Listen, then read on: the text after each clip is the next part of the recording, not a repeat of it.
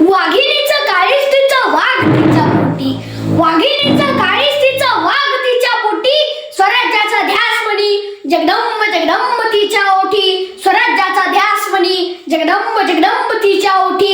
अशा राष्ट्रमाता राजमाता माँसाहेब जिजाऊ यांना प्रथम मानाचा मुद्रा, यांना प्रथम मानाचा मुद्रा. प्रतिपछांद्र लेखे वर्धिष्णु विश्ववंदिता, शाहसुनो शिवसैषा मुद्रा भद्राय राजते. या राजाच्या राजमुद्रेला वंदन करतो आणि माझ्या भाषणाला सुरुवात करतो. नमस्कार, मी प्रत्युष रघुनाथ वनवे. अरे कापल्या तरी आमच्या नसा, तरी उधळण होईल भगव्या रक्ताची.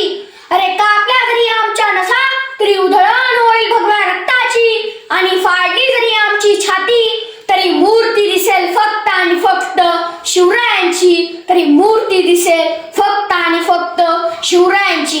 मित्रांनो, टाळ्या वाजवायच्या तर मनापासून वाजवायच्या.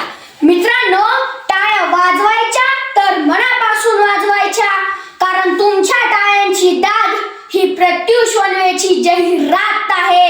कारण तुमच्या टाळ्यांची दाद ही प्रत्युष वनवेची जाहिरात आहे.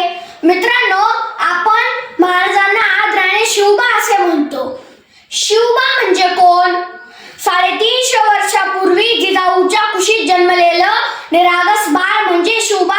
राजनीती, युद्धनीती, गणविकावा यासारख्या कुटशास्त्रांचा कळस म्हणजे शिवबा.